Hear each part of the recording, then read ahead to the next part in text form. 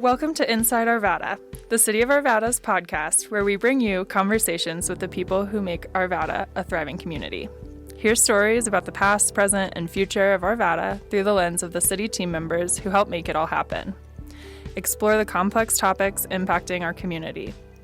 From the roads you drive, to the water you drink, the parks where you play, to what your neighbors think. Join us as we take you inside Arvada. Hello, and welcome to this week's episode of Inside Arvada, the City of Arvada's official podcast. Today, we are excited to have our Director of Utilities here for the city on with us, Sharon Israel. Sharon has been with the city since 2019 and has called Arvada home for almost 20 years. She leads the city teams responsible for water, wastewater, and stormwater operations, as well as curbside recycling and trash services, fleet operations, utility billing, and the city's sustainability program. Sharon is a licensed professional engineer and has a master's degree in civil engineering from Stanford University and a master's degree in public administration from the University of Colorado Denver. And with me today, as always, is my co-host, Sean Starr. Hey, Sean. Hi, Katie. Yes, very insightful interview today with Sharon. It was interesting to learn everything that's included in the utilities department. It's more than just water and wastewater. There's a whole lot of other really critical services that her team provides to the city and the community. And so with that, let's dive into our interview.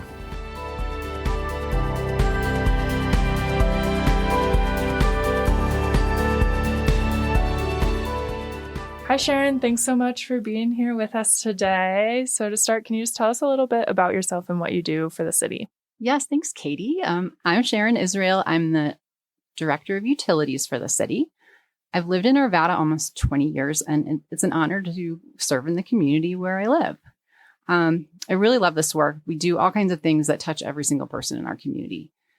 Whether it's water, which folks use to make coffee, make beer, take a shower, water your lawn, or maybe you don't think about this, but it's also used for firefighting by Arvada Fire.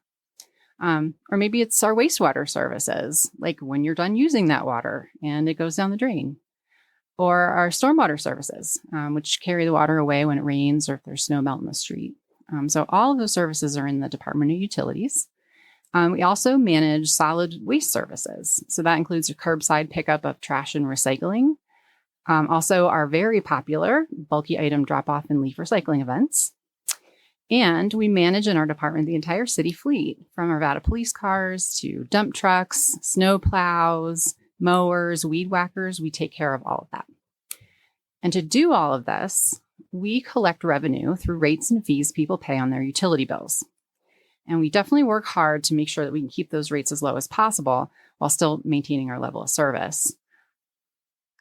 Yeah, and so we work really closely together, so I'm excited to have you on to talk more about this today. Today, we're going to focus really on that first part of what all you all do here for the city that really, as you said, affects everyone in a lot of seen and sometimes unseen, unthought of ways, right? Water lines, sewer lines are under the road. We don't always think about them all the time.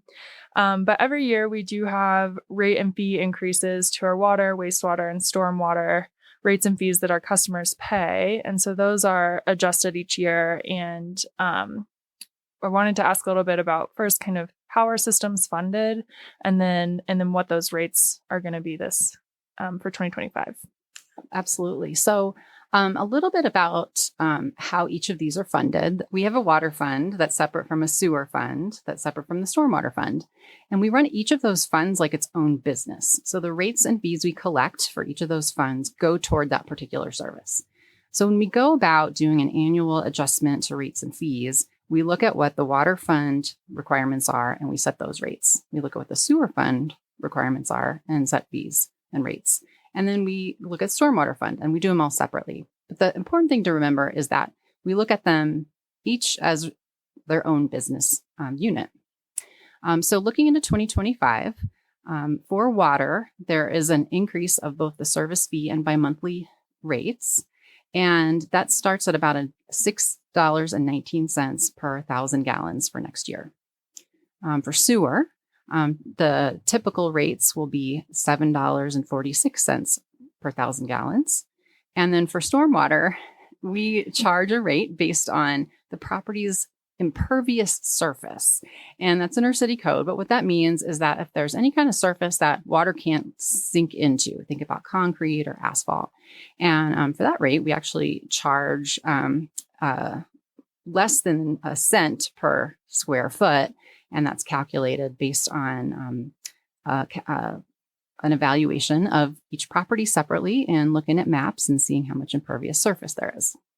And worth mentioning the rates that we're talking about, because we're talking about rates and fees. How are those different? So rates are based on usage. So how much water you use that's tiered. And so a lot of folks use more water in the summer for outdoor watering, and you might go up a tier and it might cost a little bit more per 1,000 gallons, where sewer services, wastewater services are based on wintertime usage. And so that's how much water is going down the drain in the winter when you aren't doing the outdoor watering. And then stormwater, you mentioned that one. Why do our rates change? What do our rates pay for when they change? Well, each year we take a look at what is happening with our cost of providing all these services. And that includes cost of the people to operate our facilities, the cost of the chemicals we need to use, the cost of electricity to pump water. And we calculate how much more it costs us to provide those services. And then we also have pass-through costs that are kind of out of our control because all of our wastewater is treated by Metro Water Recovery down in Denver. And each year when they set their rates, what we do is we pass through any increases from them. And then same thing with Denver Water. We get about 75% of our water from Denver Water. And again, they look at their rates every year. And if there is an increase, we pass that through. So all of that is around kind of covering inflation, any kind of increased operating costs and costs with our partners.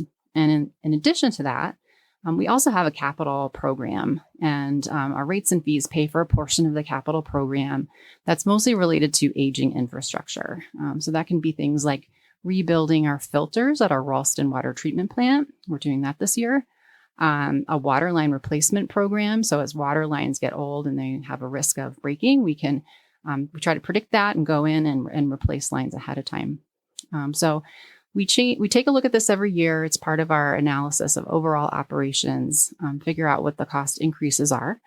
And then we have a conversation with the city council, and we talk to them about what the revenue needs to be to cover all the costs. And we have a conversation with them. And then typically in October each year, they will pass an ordinance with new rates to go into effect the following January. And we'll be sure to link to more information. That's a lot of information to share with you all. So we'll be sure to link to more where you can kind of read this as well online on our website. And even with some of these rate increases, where does Arvada kind of stand with some of our neighbors as compares to the cost of water? I know we were below average for years, and maybe we're creeping more closer to average. Yeah, thanks for that question, Sean. We are historically we had much lower rates than some of our neighboring communities, which was nice because we had lower bills. But what happened over time is that we just weren't collecting enough in our rates and fees to pay for everything that needed to be replaced. And so the last few years we have had to do more of that. But even with the recent rate increases and the one coming into 2025, we're still right in the middle of the pack as far as our neighbors. So if you do look at neighboring communities, which we do every year as part of our analysis, we talk to what everybody else is doing, and we compare our numbers. And again, we're still very much average for this part of Colorado. Always good to put it in context, and it's high quality water that our community is paying for too. So thanks. I think so. Yeah, never forget that one. And then, so what can somebody expect on their bill in 2025? What kind of difference do these numbers kind of average out to look like? Well, what we do is it's hard to pick any one house and have that be like the one that is like everybody else's. But what we do is we come up with an estimated amount for a typical single family home. And we use that as a point of comparison. So that's a home that's going to have irrigation. So they're using more water in the summertime, maybe less in the winter. And for a typical single-family home, these rate increases will amount to just under $12 a month. Thanks. And if you're really aware of how much water you use in a year, you wanted to add that up. It's about 95,000 gallons of water a year is what that number is based off of. So thanks. Okay. So a common concern that we hear a lot from our community is about rates increasing because of all the new development and growth in Arvada. And from talking with Brian Archer, our director of finance recently, we've learned a little bit to know that that's really not the case. And he shared some general information about our funding sources for the city, but can you explain a little bit more about what customer rates do and don't pay for and how that kind of growth is paid for differently? Yeah, thank you for this question. We actually get this question a lot. And I'm a 20-year resident of Arvada, so I take this question really seriously. I want to be clear on this, that in Arvada, growth pays for itself. So as development is coming in, and if we need to do something like add a storage tank, make a pipe bigger, add a pump station, our current ratepayers are not paying for that. So those kinds of projects are paid for through a charge that we pass through to developers. It's called a system development charge. Another term for it is tap fee.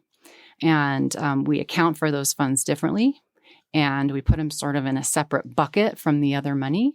So to make sure that we're not unfairly imposing additional costs on our current customers just because there's a new development going in. Thanks. I think that's such an important thing to touch on for folks. And then kind of back to the customer rates side, we do have some programs to help folks with bill affordability, particularly as we have the increases you mentioned over the last few years. We want to be thoughtful about how we're helping folks pay for this critical service that we provide. What are some of those programs? Thank you. We take this very seriously as well. We talk a lot about affordability. We really do work to keep our rates as low as possible. That's something that the council has asked us to do for the city, and we do that. But again, in these times with increasing costs and we have a lot of aging components of our utility systems, we are in a position where we need to raise more revenue. So for those folks in our community who may have trouble paying their utility bill, we do have a couple of different programs. And I do want to encourage anyone who is listening or maybe knows someone, if they're having trouble paying their bill, the best thing to do is please contact our team. The kinds of things that we can offer are one-time hardship credits of $100. We can also help set up payment plans, no interest payment plans if someone's going through just a period of time in their household where they need some extra support. We really try to work with folks who reach out to us and try to help them cover those costs. Thanks. And we'll put this in the show notes as well as how to contact the utility billing team, but their phone number is 720-898-7070. So we'll add that in the notes. I feel like I just did an ad a little bit there. So we mentioned earlier, outdoor watering can more than double a household water bill in the summers for some folks. And so we have some resources to help with outdoor water conservation with Resource Central. What are those programs that we offer our customers? We've been partnering with Resource Central for a number of years. They're a wonderful organization that they provide a range of services, everything from education on improving your irrigation system through seminars. They also offer one-on-one support for helping folks look at their irrigation system, see if there's anything that needs to be repaired or replaced. You can actually schedule a site visit with an expert to go out and evaluate that with you. They can also help upgrade you to a smart irrigation controller, which has features like it will make sure the irrigation system shuts off when it rains, so you're not watering your lawn when it's raining outside. So those are a couple of really popular programs. We also offer low water use plants through the Garden in a Box program. It's very popular, takes some of the guesswork out of designing a beautiful water-wise landscape. All that information is on our website. Yes, again, we'll link to it.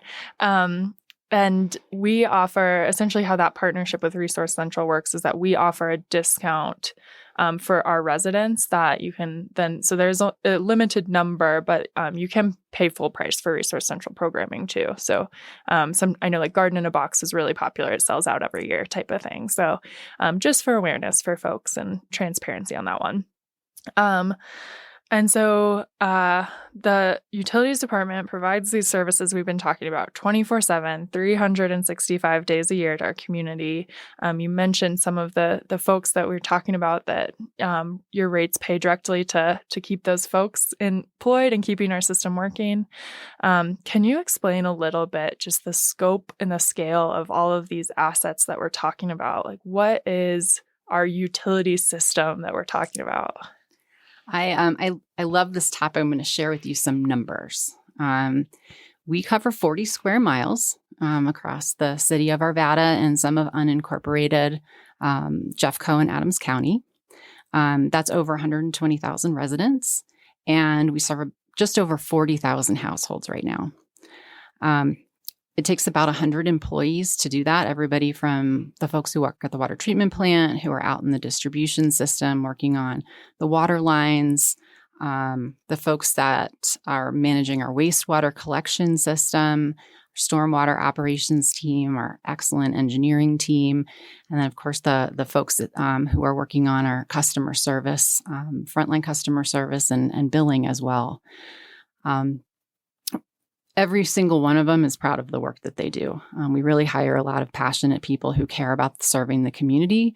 And yeah, we are out there 24/7, 365. There's folks on call around the clock. You might be interested in hearing a little bit more about our water supply. We get about 75% of it from Denver Water. That's through some agreements that go back to the 1960s. And Denver Water has a large system that collects water from the Western Slope. It comes through the Moffett Tunnel. And then eventually into Gross Reservoir and down into Ralston Reservoir. So as part of our long-time partnership with Denver Water, we're actually partnering with them on the expansion of Gross Reservoir. So when you see it in the news, it's usually billed as a Denver Water project, but Arvada is a really proud partner in helping that reservoir expansion, and it's a critical part of our future long-term planning for water supply as well. So again, about 75% of our water comes through that system. And then the other 25% is more local, most of it coming from Clear Creek. So if you go out to Clear Creek, out by Golden, there are several ditches that divert water out of the creek, and they kind of wind their way through Jefferson County and into Arvada. A couple of them head up to Stanley Lake in Westminster. And some of that water is actually Arvada's water, and we divert it and bring it into the city. Overall, we treat over 6 billion gallons of that water every year. Ready for some more numbers? Yeah. Let's do it. All right. In the city system, we have 11 water storage tanks, 7 pump stations. We have over 600 miles of water distribution pipes. We've got almost 40,000 water meters, 6,000 hydrants. And on the other side of things, we've got 400 miles of sewer line, over 10,000 maintenance holes, and 2 lift stations in our sewer system that collect wastewater and pump it. And then on the storm side, over 200 miles of storm drains as well. So just a massive amount of assets that have been built over the years as the city has grown. We've had to, add to the system. A lot of if you think about when our community was really growing quickly in the 1950s, 60s, and 70s, that's the age of a lot of our infrastructure today. And so you don't build a system like this overnight. You build a system like this over decades. And so some of the infrastructure that we put in during those boom times 60 or so years ago, now it's just time to go in and replace them.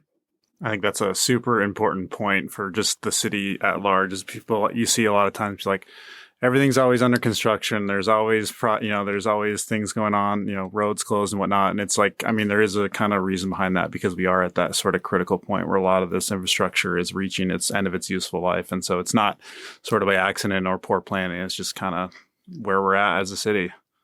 And we'd be remiss not to give a shout out to our really awesome community members and residents who are patient and kind with our construction teams and our inspectors and all of the folks who are out there getting that work done. We know, behind the scenes or in the long run, right, that's really to help continue providing this high quality, reliable service. But in the short term, that disruption can be really tough for folks. And it's just worth both acknowledging that and thanking all the folks who actively have construction maybe out front of their house right now. So I think I've seen one of those tall skeletons with like the construction vest and hat on, maybe like peeking over, a little joke with the residents there. But we hear you, it's not ideal to have those sort of disruptions, but when it all is complete, it's to make things in the quality of life better and improved. So the lift stations too, if anyone had a question about that, we had a new one. And what exactly is a lift station?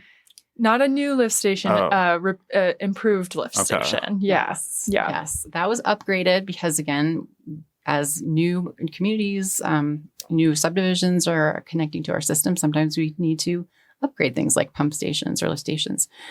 We call these lift stations in the sewer business because typically sewer flows downhill by gravity. So they're just pipes, and when you flush things into them, or maybe water goes down the drain from a shower or washing machine or your dishwasher, it's all collected in a pipe in the street. And that typically flows by gravity all the way to a wastewater treatment plant. For us, that's in Denver. What lift stations do is sometimes, because we have areas that are hilly, or maybe we don't have enough of a slope that we can just have all that a wastewater drain, then we have to pump it uphill. So one of those is on Alkire Street. You've probably driven past it a bunch of times if you're ever on Alkire Street and maybe didn't know what it was. But that's an area where sort of a small drainage basin, all the wastewater goes to that. And then we have to pump it and connect it to another pipe so it can continue on its way. Yeah, I did not know what a lift station was until I started in this role. So good clarification there. We did, though, have a new water storage tank built this year. Maybe not quite online, but that's a good example of one, too, so I think we'll go from 11 to 12 storage tanks. Yep. And that's a good example of one that was mostly paid for through developer fees versus customer fees, because it is to provide water, increased storage of water for new customers that they'll be coming online. That's exactly right. And I don't know if we said this, but, just like, developers pay system development charges when more capacity is needed. Once that development is in place, whatever that is, business, residential, home, that individual then pays our regular customer rates for the ongoing maintenance and everything we've been talking about. It seems straightforward, but probably worth clarifying that one too. So before we let you go, what else should folks know about your work? What kind of maybe misconceptions would be good to clear up for folks? I'd like to start with talking about our water supply. So we get a lot of questions about water supply, especially around growth. It's a hot topic all across Colorado. It's a hot topic just locally to the Denver metro area. Arvada has a history of a very conservative water supply planning. Over the decades, we've done an outstanding job making sure that we've got the water rights that we need, the water supply, so that we can reliably serve today's demand, and we are prepared and ready for the future growth of the city. I'm really proud of that work. I feel like I'm standing on the shoulders of giants when we talk about this work, because my predecessors did such a phenomenal job really setting Arvada up for a very reliable long-term water supply. I also had a couple of other things I thought I'd share. One is around cybersecurity. So across the country, you may have even seen this in the news, there are actors out there who are trying to attack utilities and systems. And something that I'm really proud of that we've done over the last few years is really invest a lot in our cybersecurity for our systems. We have a lot of technology that operates all of these parts and pieces at our water treatment plant, out in the distribution system. A lot of that is automated. And unfortunately, the reality is in today's world is there's a lot of folks out there who are trying to attack systems like ours. And I'm really proud of the work that we've been doing to keep it safe. That's really important. Never considered the intersection between cybersecurity and water, but there it is. I'm sure it's super important. Yeah. And you think about, like, we've seen a couple of, like, I think the state website went down maybe a year ago now and some of that, but you don't think of a website being that big of a deal. Well, a lot of the functionality behind the scenes, or maybe less seen by the individual resident, is a huge deal. Yeah.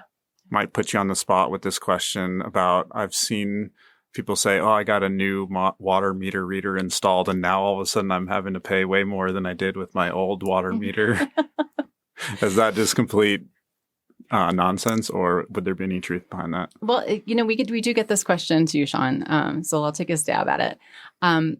If meters are older, they do tend to fail reading low.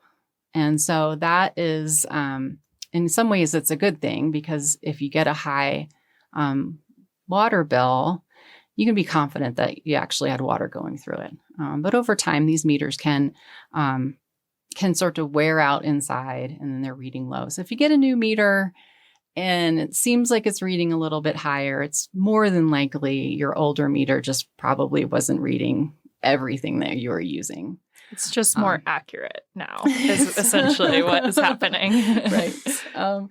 And we are doing a lot of upgrades to our metering system right now. We actually have been working on this for a couple of years, not changing the meter itself, but the way that we can read the data from the meter. And our existing or previous system had all been radio read, which meant that we had someone who was driving a truck around the city and literally driving by every single meter to pick up a reading so we knew what the bill should be.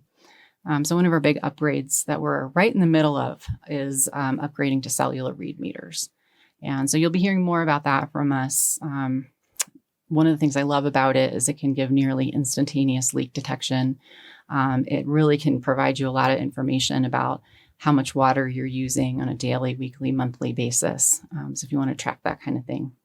Yeah, that's a good example of something that's will be a long-term cost savings for the city. It's an investment up front to make the system more efficient, but will in long term both, have some cost savings efficiencies for us in our operations, and equips, like you were saying, the customer with more information about their own water usage. Exactly. And helps empower our customers, which is awesome.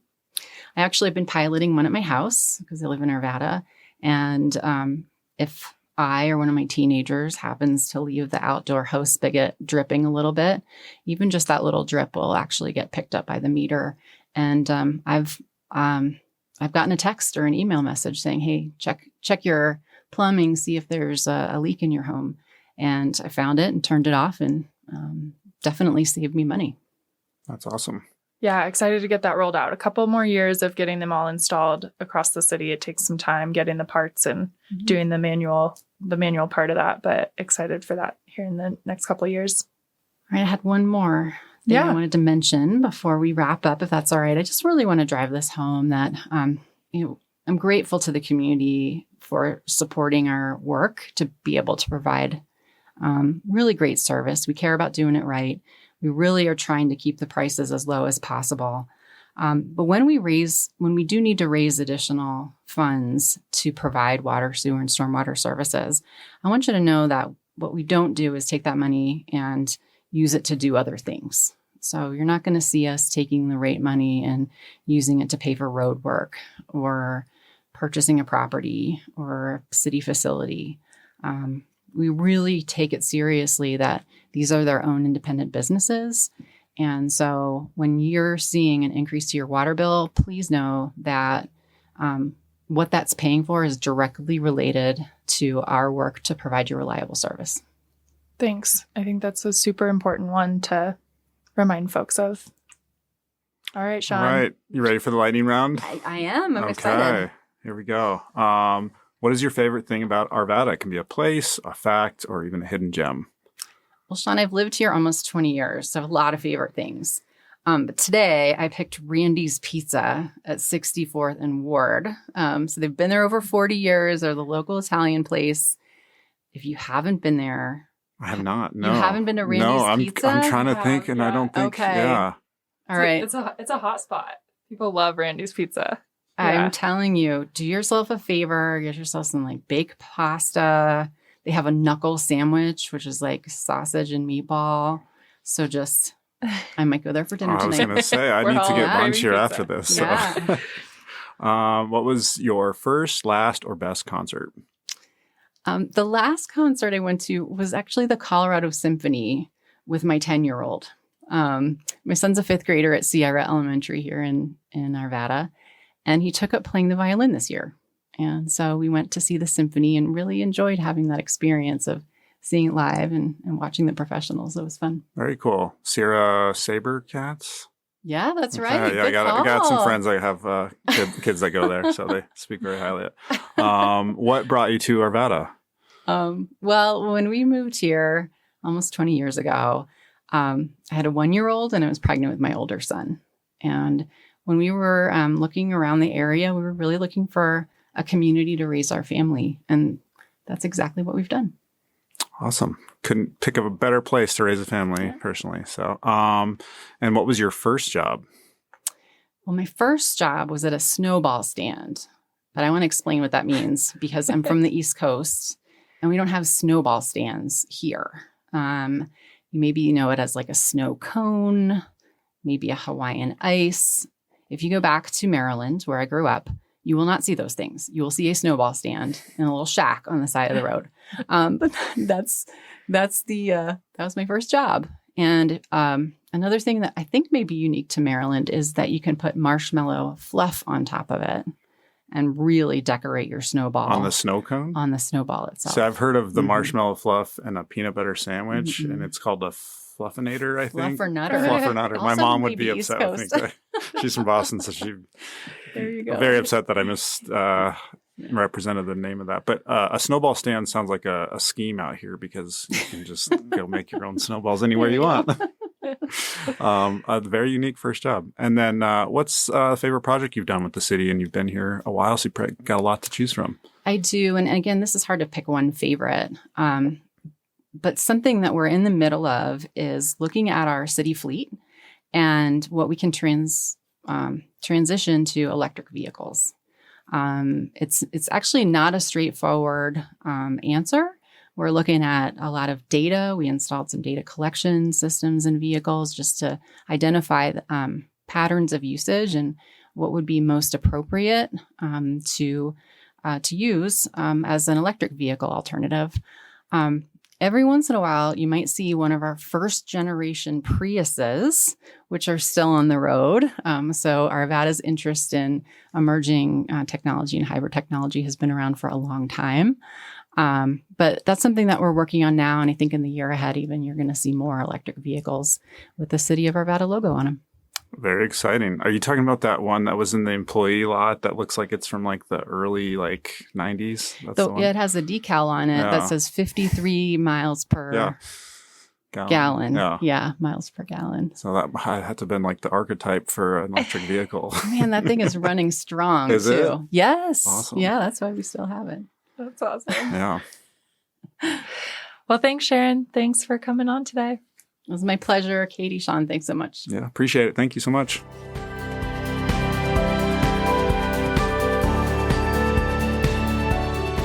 All right, as a reminder, we love to hear from our listeners. You can stay in touch by texting us. There should be a link at the top of each episode on whichever platform you're listening on, or you can always email us at podcast@arvada.org. We'd love to hear feedback about what you enjoy hearing about, or some ideas that you'd like to see, maybe some episode ideas, some guests that we should talk to. And recently, speaking of feedback from our listeners, we got an email from Mark who is asking about when essentially it's appropriate to call 911 if it's not an emergent issue. And so we are going to hold off, Mark, on that answer because we're going to have our Arvada Police Department Public Information Officer Chase Amos on a guest in December. So tune in December to that podcast to learn more about that particular question. And Katie, I know you have several events going on as related to transportation first. Yeah, so there's just a lot going on right now as we enter kind of the end of the year. The first really exciting project is Connecting Arvada. And this kicked off last year, actually, with some engagement. And what Connecting Arvada is, it's the city's first comprehensive transportation system plan. And so that's really looking at opportunities for the next 20 plus years of improvements to Arvada's transportation network. And so that is seeking a second round of community feedback now that they've been doing a ton of analysis and taken that first round of feedback and created a list of priorities and recommendations that will go into this plan. And before finalizing it, we want to hear about the community's priorities as it relates to what they've come up with so far. And so that opportunity is open for feedback right now. And you can visit the link in our show notes to participate in the survey and just share your priorities for the future of transportation improvements. And that's really everything from walking, biking, public transit to roads. So it really affects everybody. Just a couple updates to the leaf recycling drop-off event. After the snowstorm that came in last week, they did have to cancel the event on Friday and Saturday. And so in replace of those 2 days, they are going to extend the event by 2 days. So leaf recycling drop-off will extend through Tuesday, November 19th. It will still be closed on Sunday, the 17th. So 9 to 2 at Stinger Sports Complex, now through the 19th, closed Sunday. This event is open to all Arvada residents. Just be prepared to show proof of residency and then be prepared to empty those bags of leaves. Even the paper or compostable bags will have to be emptied into the leaf piles. And changed from last year, this year the entrance is going to be off 58th Avenue, and then you'll exit onto Oak Street. And so that's just to help improve flow of traffic. They'll have plenty of signage on site for that. And you can find a map on our website, arvadaco.gov/leaf-recycling. And then last time we had Hillary on and announced the date for the grand opening celebration of the Arvada Aquatic Center as Saturday, November 23rd. And so as a reminder, everybody's invited to come by and see the new facility. The grand opening will be from 2 to 5 p.m. They'll start with a ribbon cutting and some speeches. Our mayor will be there. And then some of the other project partners. And then we'll have tours and activities for the event. So we hope everybody can join us. And that's arvadaco.gov/Arvada Aquatic Center for more information on that one. And then another one recently, more just informational for folks at this point. A lot of folks are probably aware of the traffic calming efforts that have been installed on 57th and Grandview Avenues near Old Town, those traffic circles and speed humps. And you may have noticed already that some of the devices have been removed, and the plan is actually to remove the rest of those in the spring with some additional improvement plans coming in the future. And so that was really a pilot study that was set up to better understand how different types of traffic calming devices might help slow down traffic and improve those corridors for multimodal travel, biking, walking, driving for everybody. And so if you'd like to learn more about the work that is going on there and what the future that those corridors will look like, there's a presentation posted online, a video recording, as well as just some more information about what traffic calming is on the project website. So we'll link to that in our show notes. And then, Sean, a couple parks updates. Yeah, so recently we've had a couple new park sites in the city open up with some ribbon cuttings. The first being the Garrison Garden Paseo is now open, and that's a truly unique park. It's a linear park that connects 57th Avenue there to Ralston Road, and previously it was a pretty steep path that kind of just cut through there, and now it's like a more gradual path, and there's some landscaping. It's a really cool, unique park, and that the city did in partnership with the Arvada Urban Renewal Authority. So go ahead and check out the Paseo when you get a chance. It's strategically placed there to connect folks from that area across Ralston there, where there's, Ralston Central Park, Ralston Creek Trail, as well as some of the other new businesses that are coming online the next few years that Aura has been a part of. And then the other park site that recently opened is the Stanley Lake Library Trailhead. And that's exactly what it sounds like, a trailhead over there at the Stanley Lake Library, just west of the library itself. And that's part of the Rocky Mountain Greenway Trail. And it provides, just a spot where folks can go there and park and and begin their journey on the Rocky Mountain Greenway Trail, which is takes part of the Little Dry Creek Trail in Arvada, and it connects 3 different national wildlife refuges in the Front Range. And so go over to the Stanley Lake Library Trailhead when you get a chance. It's a beautiful little project that we recently completed as well. The Climate Action and Sustainability Plan Open House is Thursday, November 14th, and that's a final opportunity for community members to weigh in on that plan. And that's, again, November 14th at the Old Town Library. And you can learn more at arvadaco.gov/climate action. And then finally, sustainability is also working on a waste diversion action plan. This is separate but related to that climate action plan. You can learn more about that effort at arvadaco.gov/waste diversion. Yeah, a lot going on right now. Yeah. So thank you again to our guest, Sharon Israel. It was really great to talk about all things utilities with her. Be sure to listen to our next episode as we enter into snow season. We are going to have our streets manager, Keith Bohan, on to talk about all things snow plowing and snow and ice control in the winters, and more about just kind of what our streets department does here at the city. And so that'll be a really great one to hear from him. And as always, please stay in touch with us. You can visit our website at arvadaco.gov/podcast. We encourage you to subscribe to the show, share the show with your friends and family, send us an email, send us a text, let us know what you want to hear more of, ask your questions. That email is podcast@arvada.org, and we will always answer your questions on our next episode when we can. Or maybe we'll have a guest on to do it for us, like we will with Chase from the police department. So thank you again to all of our listeners. Please rate and review the show. And with that, I will leave you with our fun fact of the episode. Sharon mentioned a lot of fun facts, but here's one more for you on your way out. Arvada's first water treatment plant was located actually where the Paseo is now, near Ralston and Garrison, and that could treat 4 million gallons of water per day. Today, we have 2 treatment plants in the city, and combined, they can treat 52 million gallons per day. Whoa.